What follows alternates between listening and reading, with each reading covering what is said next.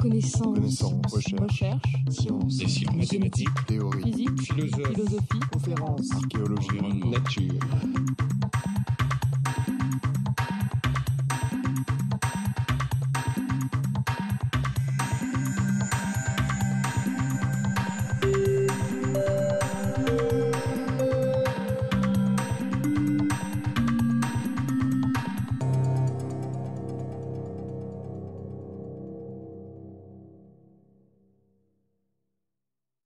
Je résume maintenant la position de Cournot touchant ce qui est scientifique et ce qui ne l'est pas. Ce qui est scientifique aux yeux de Cournot, c'est ce qui est théorique, ce qui comporte l'élément théorique et qui rend les phénomènes qu'on observe prédictibles à partir de la théorie. Alors que ce qui est historique, même si c'est une sorte de connaissance, ce qui est historique est toujours plus ou moins contingent, lié à ce que dans le monde il y a du hasard, et nier que cela existe, c'est-à-dire qu'il y ait un élément historique non réductible dans nos connaissances, ce serait, dit Cournot, nier la réalité du temps. Donc, le temps, le hasard, la contingence, tout cela fait qu'on n'est pas au niveau de la science. Pour Cournot, aucune théorie n'est immunisée contre la réfutation. Cournot n'affirme pas que les théories sont absolument vraies. Pas du tout. Si les faits vont contre la théorie, il faut changer de théorie. C'est tout. Et nous avons là une remarque intéressante à propos du rapport entre science et philosophie. Je vous ai donné les textes. C'est dans le document, dans la partie sur Cournot, le 4e et le 5e extrait. Je lis. C'est le premier symptôme d'une crise ou d'une révolution scientifique. L'expérience révélant de nouveaux faits qui sont en contradiction avec quelqu'une des hypothèses fondamentales, on est conduit à imaginer d'autres hypothèses en accord avec tous les faits connus et quelquefois plus simples que l'hypothèse abandonnée. Vous avez bien lu, pour Cournot, 1851, milieu du XIXe siècle, il y a dans les sciences, dans l'évolution des sciences, des crises ou révolutions scientifiques. Je dis ça pour que les plus jeunes n'affirment plus jamais que c'est M. Kuhn qui a inventé la révolution scientifique au XXe siècle. Mais ce qui m'intéresse ici, c'est que dans l'autre livre, Matérialisme, en 1875, je trouve cette affirmation de Cournot: les crises rénovatrices des sciences ont été les seules crises utilement rénovatrices de la philosophie. Alors, il y a là deux idées. D'une part, si la science, la vraie science scientifique, est théorique, elle se constitue des morceaux solides de savoir et elle ne peut évoluer que par crise. Si vous trouvez un fait, deux faits, trois faits qui vont contre votre ensemble théorique, à un moment donné, vous êtes obligé de détruire toute la maison et de reconstruire. Donc, cette évolution par crise est liée à ce que la science est théorique et prédictive, etc., et déductive.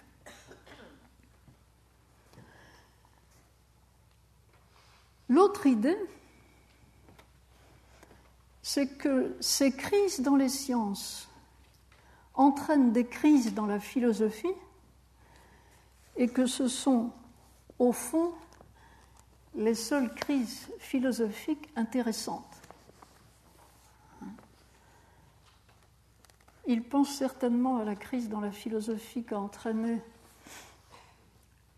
la découverte de Newton et la reconstruction du monde avec les hypothèses newtoniennes. Le XXe siècle a connu une autre crise dans les sciences avec la disparité entre théorie de la relativité et mécanique quantique. Et c'est vrai que cela a suscité énormément de philosophie. Est-ce qu'on peut discuter à Cournot le point que ce sont les seules révolutions philosophiques intéressantes? Je vous laisse juger. J'ai tendance à penser que c'est vrai.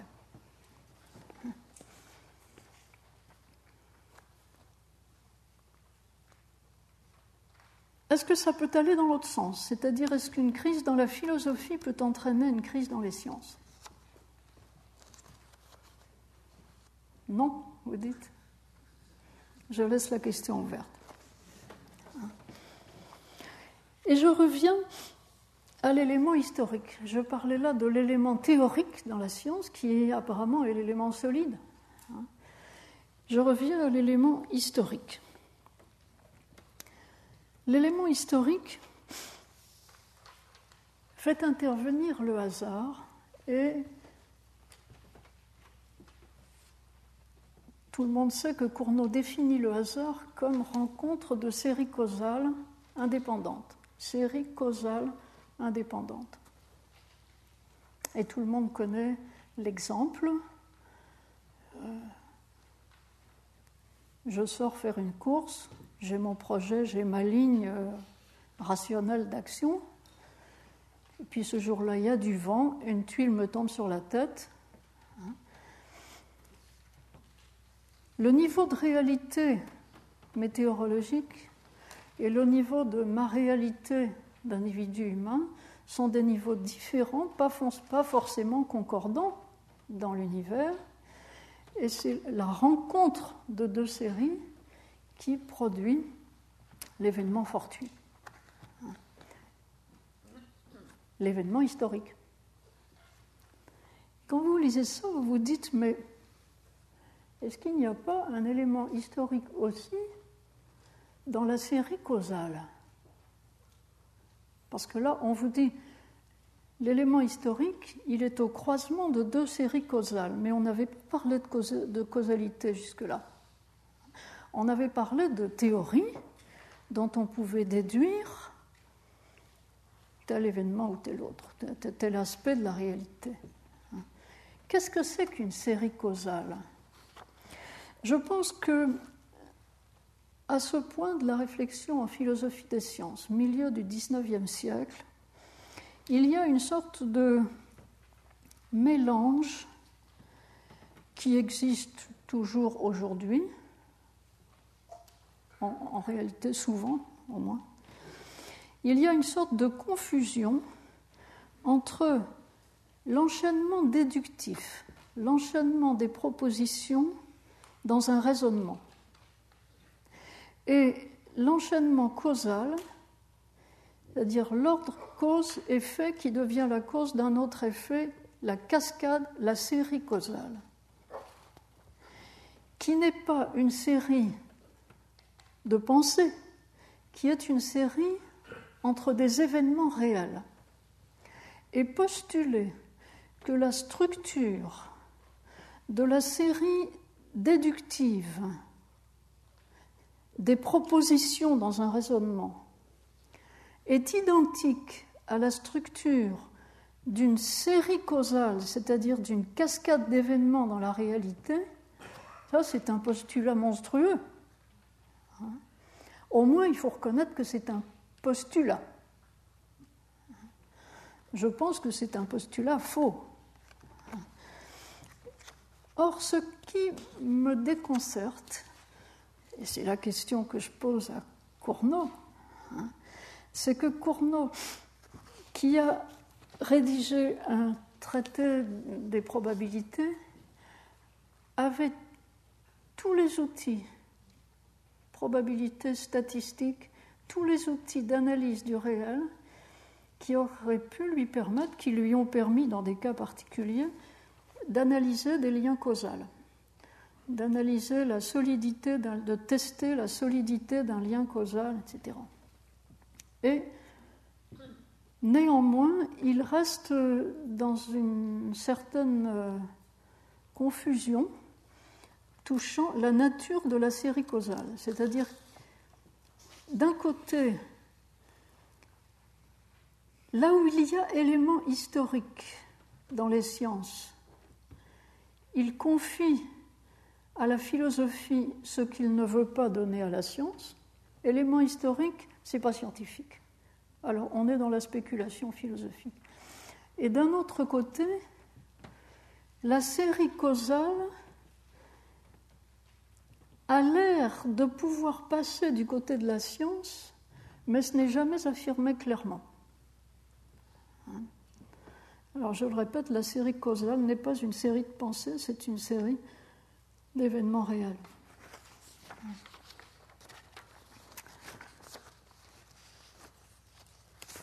Je terminerai ce point-là par un petit commentaire inspiré par un article publié dans le livre édité par Gaillon et Burian. Un petit commentaire de Burian sur la fameuse phrase de Dobzhansky que j'ai citée, que tout le monde cite,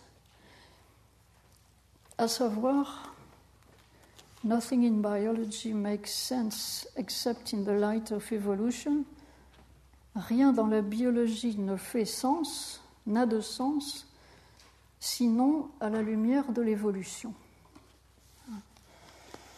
Le point de l'article de Burian, c'est que il est resté dans les sciences de la vie une trace de cette étrangeté l'une à l'autre de sciences qui ont de l'historicité à traiter et de sciences qui peuvent s'en passer. Très précisément, Burian nous dit que lorsque la génétique s'est constituée au début du XXe siècle, elle s'est constituée sur le modèle de la physique comme une science qui peut étudier des phénomènes quasiment éternels, absolus. Des phénomènes qui ne sont pas atteints par l'élément historique. Ça a été monté comme un mécano. Et bien que les sciences de l'évolution aient fait évoluer cette autre partie de la biologie qu'était la systématique, la science des classifications, les sciences de l'évolution sont restées du côté de sciences qui sont moins scientifiques, pas très scientifiques, justement parce qu'elles parlent d'évolution. Dobzhansky a été l'un des principaux artisans de l'effort de rapprochement entre la génétique et la théorie de l'évolution. Et Burian le raconte dans cet article, il y a beaucoup œuvré, il a été enseigné les enseignants de biologie, etc. Il a beaucoup œuvré pour que la biologie se rassemble, que l'ensemble des sciences du vivant se rassemblent et soit simultanément théorique et historique, et allie l'élément historique et l'élément théorique. Et nous dit Burian, en dépit de ces efforts ont partiellement réussi, puisque ça a été la synthèse entre la théorie de l'évolution et la théorie génétique, mais en même temps, il est resté dans la pratique des sciences de la vie une partition implicite, une partition plus ou moins cachée entre les sciences sérieuses qui ne s'occupent pas du devenir et les sciences moins scientifiques, les sciences plus vagues, qui sont des sciences du passé. Et on a confondu l'élément historique avec le passé. Les sciences de l'évolution sont des sciences du passé. Et puis les sciences de la vie présente sont des sciences théoriques. Et en réalité, la vraie pensée d'Obzhansky, qu'il a toujours essayé de faire passer, que je crois très, très, très juste, est que le propre des sciences de la vie est qu'elles sont en train d'inventer, ça n'est pas complètement fait, qu'elles sont en train d'inventer un modèle de science qui allie l'élément historique et l'élément théorique et qui n'est pas le même modèle de science que ce qui s'était constitué en physique ou en chimie. Ce qui s'était constitué en physique a inspiré le modèle épistémologique du début du XXe siècle. La philosophie des sciences, c'est la logique de la science, et la logique est l'arme fatale par laquelle les philosophes ont barre sur la science. Si votre science n'est pas logique, il y a plus que la logique. L'histoire n'est pas logique. Et je pense que le modèle que les sciences de la vie sont en train de construire est un modèle justement très intéressant parce qu'il combine l'élément historique avec l'élément théorique qui, lui, donne prise à la logique. C'était mon second point. Et j'en viens à mon troisième point, qui est un questionnement qui avait déjà été amorcé lorsque nous avons fait le séminaire de philosophie des sciences, un questionnement sur le devenir de la philosophie des sciences. La philosophie des sciences a connu au XXe siècle plusieurs modèles. Un modèle auquel je viens de faire allusion, un modèle dans lequel, pour schématiser, on disait que la philosophie des sciences, c'est la logique de la science. Puis, un modèle sociologisant, historisant au début de la seconde moitié du XXe siècle, où on a connu une relativisation des travaux scientifiques et allant jusqu'à l'affirmation que ce que racontent les scientifiques n'est pas plus sérieux ou pas plus vrai que ce que disent les artistes ou les journalistes. De ce difficile passage, nous ne sommes pas encore complètement sortis. Et un philosophe américain comme Richard Rorty, il n'y a pas si longtemps, il est décédé maintenant, mais affirmait que ce que racontent les scientifiques sur le proton n'est pas plus sérieux qu'un poème.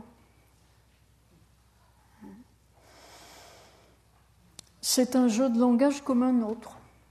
La science est un jeu de langage comme d'autres jeux de langage.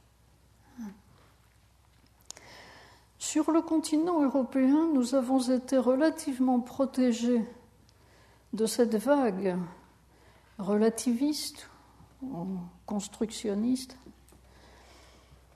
par le fait que nous avions une tradition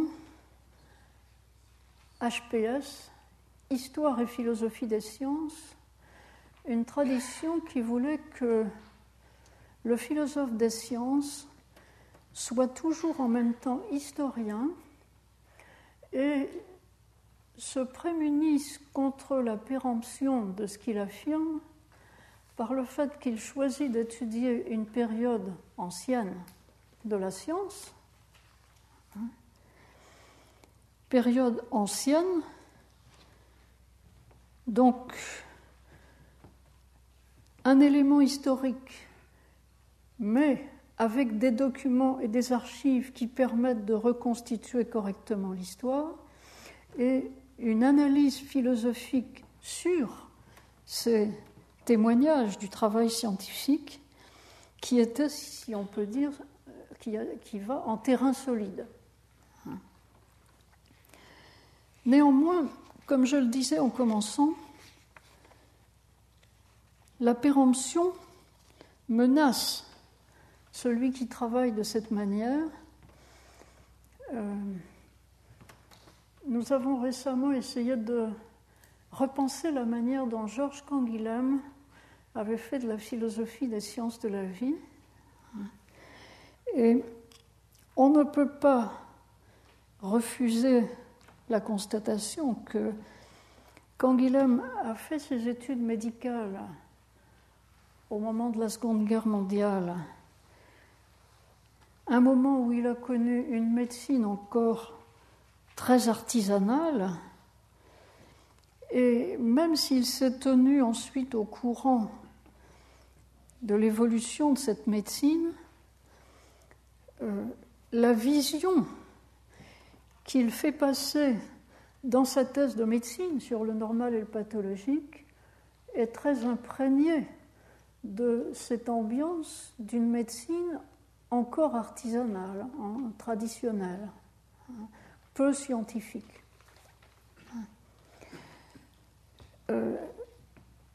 Canguilhem s'est protégé en écrivant ensuite un ouvrage sur la formation du concept de réflexe au XVIIe et XVIIIe siècle.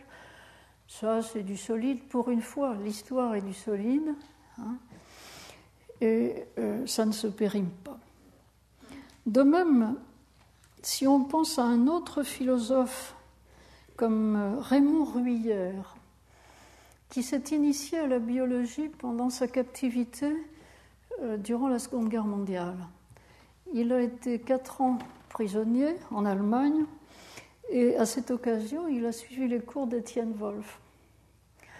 Il a ainsi appris la biologie du développement et ça a considérablement inspiré son œuvre. Mais on voit bien que ce qu'il a appris de l'embryologie, quand on le relit avec le recul, témoigne d'une science passée, d'une science qui n'est plus.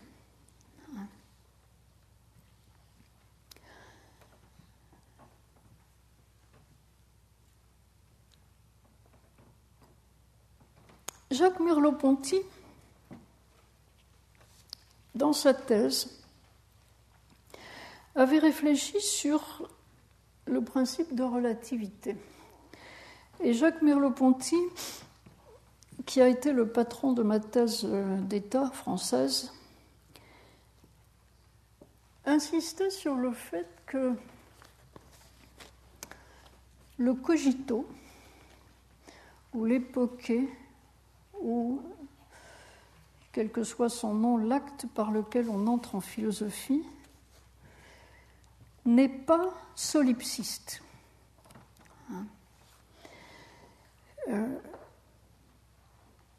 Je vais donc, dans ce 3e point, commencer par m'interroger sur ce point du solipsisme en posant la question: l'aventure philosophique est-elle toujours une aventure solitaire ?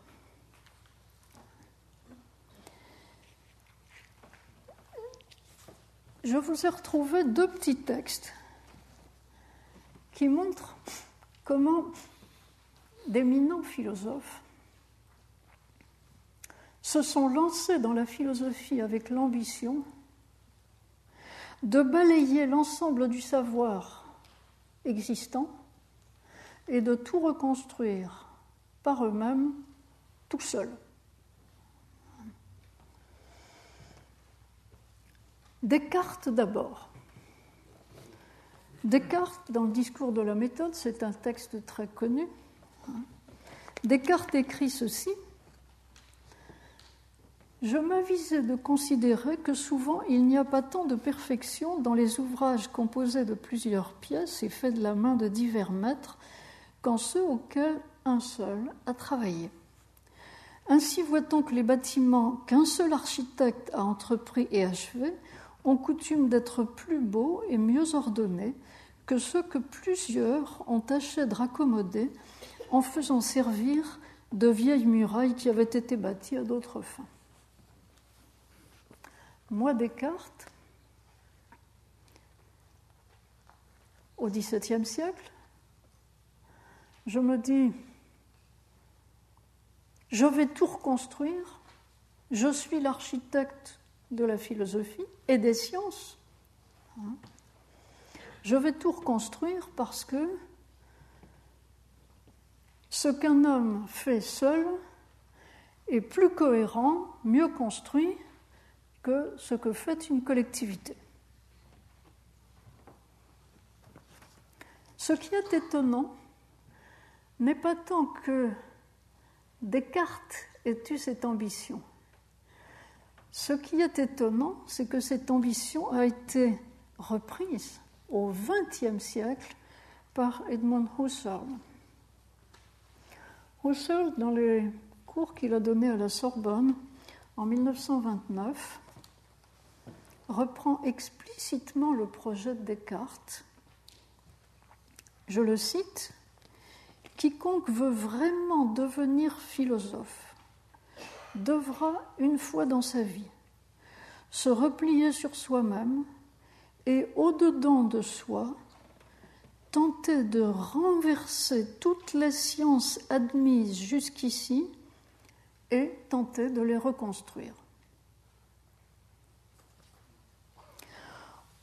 Autant cette ambition était relativement raisonnable au début du XVIIe siècle, parce que l'ensemble des connaissances scientifiques à cette époque étaient probablement assimilables par un seul esprit. Et cet esprit solitaire pouvait ambitionner, ayant pris connaissance de tout ce qu'on avait fait dans les sciences, d'en faire un système. Autant au XXe siècle, même quelqu'un qui est un vrai savant est spécialisé dans un domaine, et le spécialiste d'un domaine lui-même a du mal à se tenir au courant de la littérature publiée dans son étroit domaine. C'est ce que Bertrand Saint-Cernin a appelé le nouvel état de la raison. Nous sommes aujourd'hui débordés par les connaissances produites dans l'espèce humaine. Et si je joins l'intuition de Merleau-Ponty que le cogito est nécessairement intersubjectif, enfin, Descartes a publié le discours de la méthode. Descartes avait envie de communiquer son expérience. Descartes n'est pas complètement enfermé dans son aventure, ça n'aurait pas de sens. Descartes a bien l'ambition que ça serve à l'humanité entière, ce qu'il est en train de faire. Donc il vise l'intersubjectivité. Si je prends en compte cette intuition de Merleau-Ponty, qu'il y a toujours visé de communiquer avec les autres, et d'autre part, la constatation que, dans le cours du XXe siècle, on s'est mis à douter de la rationalité des individus et on n'a plus accepté le principe que les lumières sont présentes. Vous savez, Descartes, la même raison est présente en tous les hommes. L'idéal des lumières. Les lumières éclairent tous les esprits humains. Les mêmes lumières. On n'a plus cru à ça au XXe siècle. Et d'autre part, on constate au XXe siècle qu'aucun esprit humain individuel n'est capable d'absorber l'ensemble des connaissances. L'état objectif des choses, c'est que les connaissances sont distribuées entre des milliers, des millions de gens. Et comment cette distribution nous donne-t-elle, en fin de compte, une science, une connaissance scientifique unifiée?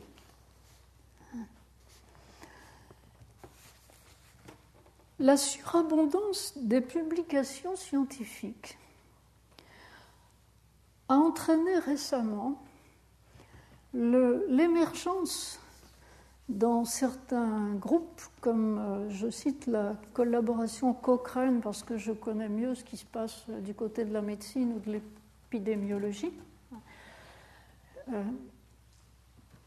Donc, l'état actuel de la science a incité des groupes de chercheurs, comme celui-là, qui tient la James Lind Library à Londres, à essayer, de faire un tri parmi les publications scientifiques selon des critères de qualité scientifique.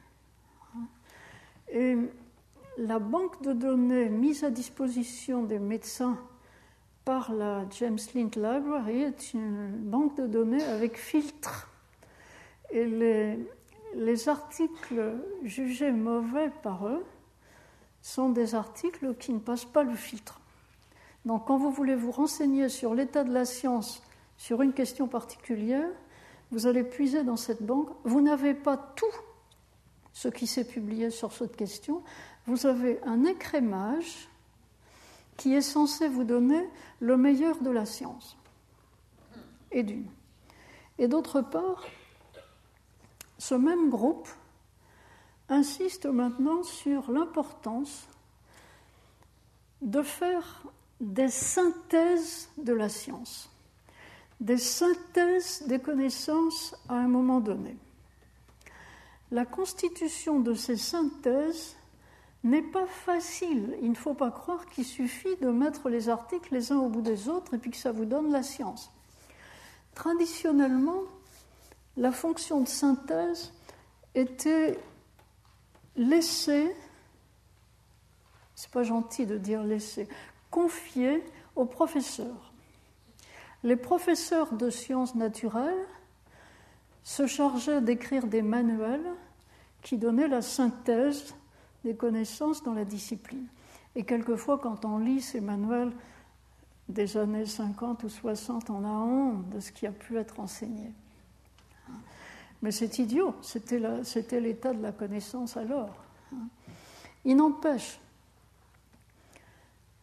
le groupe dont je parle, la collaboration Cochrane, estime qu'il n'est pas raisonnable de confier à des individus le soin de faire la synthèse de toute une discipline. Que c'est un travail de collaboration, ça aussi. Et que c'est un travail qui doit se faire avec rigueur. Alors, en médecine, vous avez souvent la même expérience répétée 3 ou 4 fois dans des régions différentes du monde, en toute ignorance par les uns de ce qu'ont fait les autres et par les uns des résultats qu'ont obtenus les autres. Les efforts pour avoir de grands projets où on est au courant des résultats de ce que les uns et les autres connaissent sont encore relativement rares. Donc, ce que fait la Cochrane collaboration, et maintenant c'est devenu un peu un standard dans les sciences médicales, c'est de réfléchir à des méthodes scientifiques pour faire la synthèse des résultats obtenus dans un domaine ou dans un autre. L'une des plus connues des méthodes employées, c'est la méta-analyse. Elle est très contestée.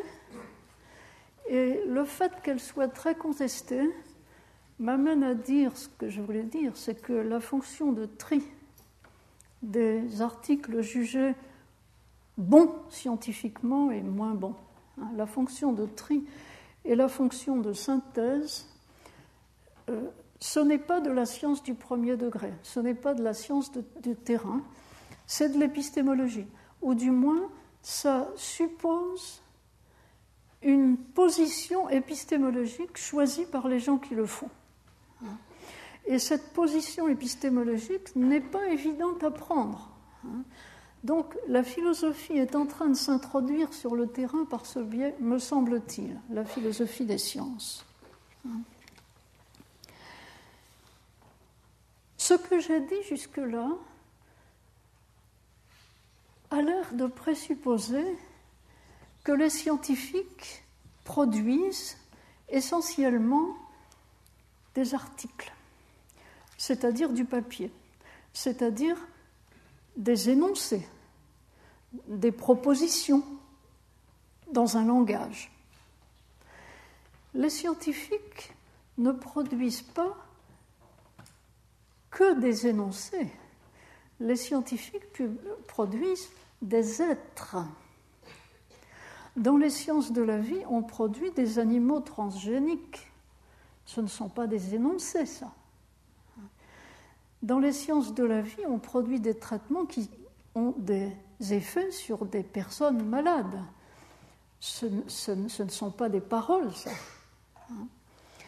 Et encore une fois, cette effectivité des sciences de la vie implique d'une autre façon qu'on réfléchisse collectivement à l'acceptabilité de mettre dans notre monde, d'introduire dans notre monde des créations scientifiques qui peuvent ou ne peuvent pas coexister pacifiquement avec le reste. Que ce soit des techniques de greffe, que ce soit de nouvelles espèces de plantes ou d'animaux. Regardez comme les animaux génétiquement modifiés sont mal acceptés. Tout cela suggère que la philosophie des sciences doit aussi s'intéresser à des questions pratiques.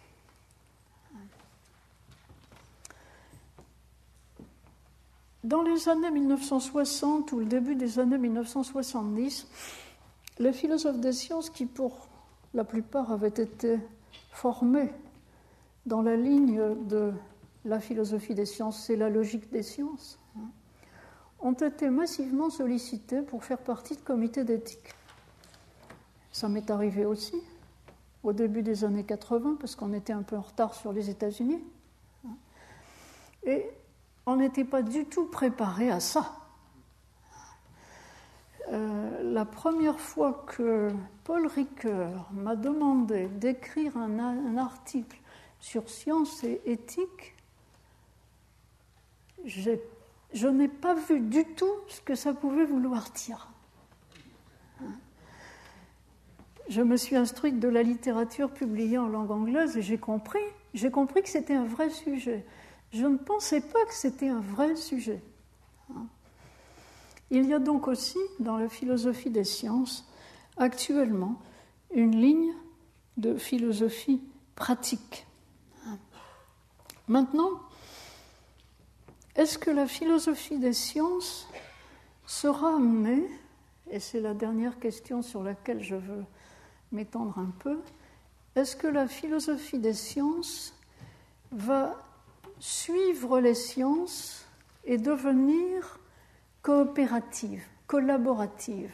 C'est-à-dire, est-ce qu'on va se mettre à faire de la philosophie des sciences en équipe, en groupe, alors que jusqu'ici on a l'image du philosophe solitaire qui, dans son bureau, fait sa philosophie tout seul.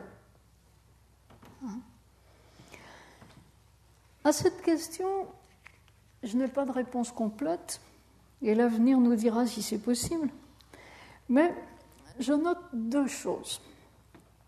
Je note que l'Union européenne, dans son 7e programme cadre, fait un énorme effort pour inclure ce qu'on appelle les humanités au sens large.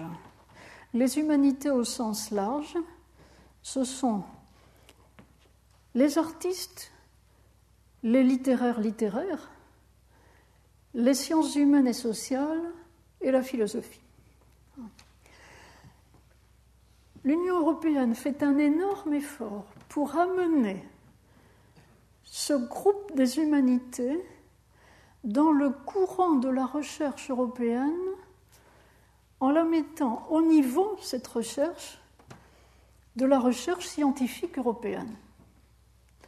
Et en argumentant qu'il est absolument crucial maintenant que ceux qui travaillent dans les humanités s'intéressent à ce que font les chercheurs des sciences et nous disent comment concilier ça avec le bien vivre en Europe.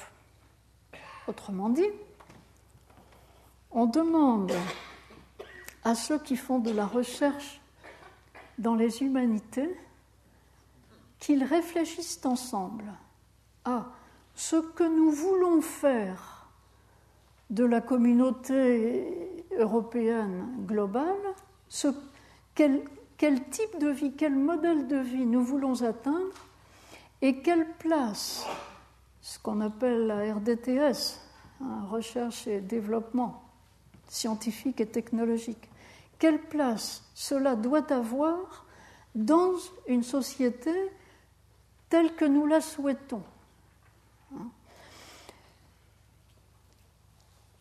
Cet effort, les rédacteurs du projet, c'est le numéro 8 du 7e plan, ont l'air d'avoir un peu de difficulté à croire que les humanités vont s'y mettre. Mais manifestement, avec l'appât de financement important pour des projets européens sur ces sujets, ils croient dans ce qu'ils font et ils vont essayer de pousser les chercheurs dans ce sens. Bon, c'est une première remarque. Une seconde remarque, c'est que il existe des unions internationales qui font coopérer les philosophes des sciences. Il existe une union internationale d'histoire et philosophie des sciences avec deux divisions, une division d'histoire des sciences et des techniques et une division de logique, méthodologie et philosophie des sciences. Et le prochain congrès de philosophie des sciences, congrès mondial, aura lieu à Nancy en 2011. Est-ce que, à l'occasion de ces congrès mondiaux, la philosophie des sciences se montre apte à faire une recherche collaborative? Pour le congrès de Nancy, le bureau de la division a proposé un thème en suggérant aux participants, quand ils proposent de faire une présentation, de se laisser inspirer par ce thème. Et ce thème, c'est les technologies. Ce qui laisse penser, et je suis sûre que c'est ça, parce que je connais le président, parce que je suis au bureau, c'est une évolution de la conception logicienne de la philosophie des sciences vers une conception informaticienne. Les logiciens se sont sentis un peu inutiles en philosophie des sciences dans les années récentes, ou moins utiles qu'avant, ou moins puissants qu'avant. Et cette évolution vers l'informatique laisse apercevoir que certains pensent, on pense, que l'informatisation va permettre de faire de la philosophie des sciences d'une autre manière. Non, ça ne vous donne pas les idées, ça. Ça vous donne seulement le support, jusqu'à un certain point. Enfin, une troisième toute petite remarque. Il existe une société internationale pour l'histoire, la philosophie et la sociologie de la biologie et des sciences de la vie. Cette société internationale se réunira l'été prochain à Brisbane, en Australie. Vous pouvez trouver sur Internet le descriptif. Et pour ceux qui voudraient soumettre des présentations, enfin des abstracts de présentation, la société a donné des suggestions. Et dans cette série de suggestions, on lit ceci, je vous l'ai cité dans mon document. Le fait que nous nous réunissions près de la grande barrière de corail, Brisbane est sur la côte australienne, plein est, et en face de cette longue barrière de corail qui fait 2600 km, je crois, et qui est en grand danger actuellement parce que le calcaire se dissout à cause du réchauffement climatique. Donc, le fait que nous nous réunissions en face de la grande barrière de corail et l'année du 150e anniversaire de la naissance de Darwin fait que nous suggérons, nous dit la société, des idées possibles pour vos présentations et entre autres l'histoire, la philosophie, la sociologie et la biologie des récifs de corail. L'invention ne va pas très loin. Hein. Voilà. Alors, il rappelle que Darwin s'était intéressé aux récifs de coraux et que donc c'est le moment peut-être de s'y intéresser pour les philosophes. Les philosophes, les sociologues, les historiens et les biologistes, tous réunis dans cette... Il y a là l'idée d'une recherche interdisciplinaire, puisque vous avez les 4 disciplines en même temps réunies dans le même colloque. Mais l'idée d'un projet de recherche collaboratif est très floue, vraiment très floue. Je termine donc sur une incertitude. Je ne suis pas sûre que la philosophie des sciences, sans parler de la philosophie tout court, puisse se former en brigade coopérative pour faire de la recherche sur des questions importantes ou jugées importantes collectivement. Je conclus seulement que si la recherche est notre avenir, comme nous avions dit que cela ressortait, on a vu que la dernière fois, la leçon, en somme, des travaux de Vernadsky et des gens qui ont été dans la même ligne, c'est que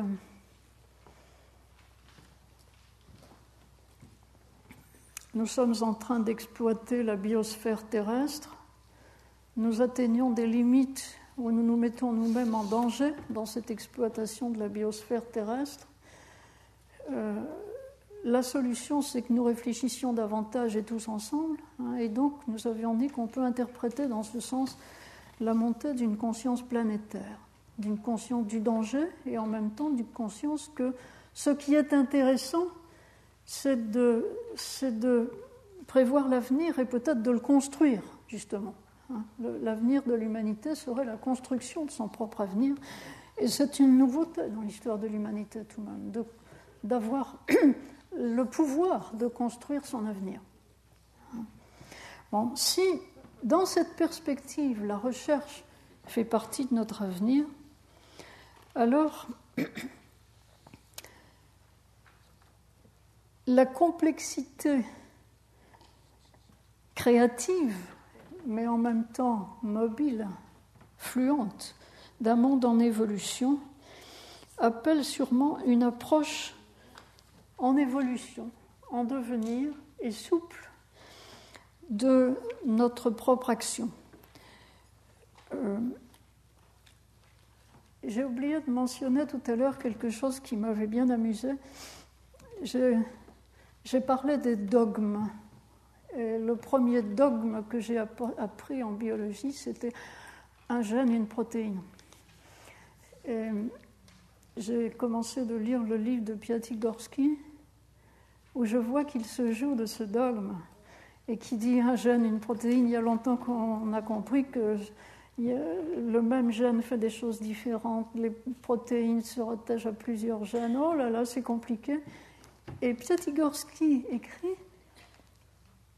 il faut que nous ayons des concepts souples. Or, c'est juste ce que Bergson préconisait pour les philosophes. Rendre nos concepts souples, non, fluides, dit Piatigorsky, et c'est le mot de Bergson. Des concepts fluides, à première vue, c'est pas sérieux. Un concept est fait pour être net. Mais l'idée du concept fluide a traversé l'esprit d'un biologiste. Et ce sur quoi je voulais terminer, c'est que, par la citation de Whitehead que j'ai mis à la fin, Whitehead rappelle que pensée fluide ou pensée théorique, raide, il ne faut jamais séparer la recherche sur un point précis de l'horizon de cette recherche, qui est un horizon cosmique actuellement. Voilà, je vous remercie.